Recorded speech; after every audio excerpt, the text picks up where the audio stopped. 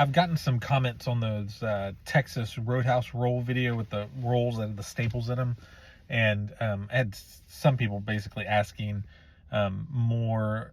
They wanted more like a legal analysis of that scenario. Like, could they be sued? If so, for what? Like, what's the answer there?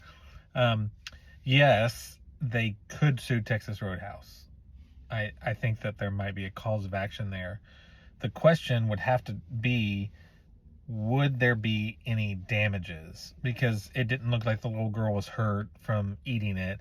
I mean, it looked like she bit down, felt something hard with her teeth, and then, took the roll out of her mouth. And they discovered that.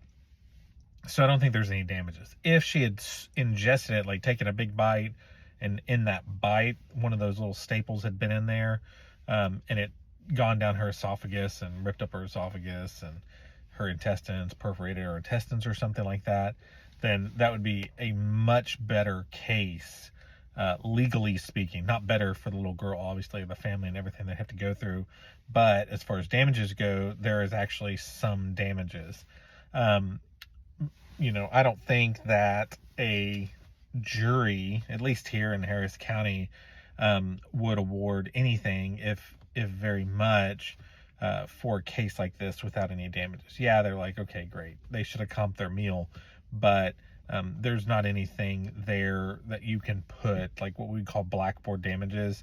Like, here's some medical expenses that they incurred, whatever. Now, if later on, like after that video was made, they came back and, there was another video that said, oh, hey, it looks like she had actually in the first bite taken some staples, and we found other staples in the next bite, then that would be a different scenario. Other than that, I don't think that there's much more analysis to go into. Yes, the staples were in there. Yes, it's wrong. Yes, you shouldn't have staples in your food or any foreign objects in your food. But, I think that unless there was some actual damages, you're just not going to get very far with the case. Now, I mean, maybe you can get creative. Maybe you get it. Maybe you send a demand to Texas Roadhouse. Maybe they pay a little bit to keep the publicity down, or not to have to engage in litigation or something like that. But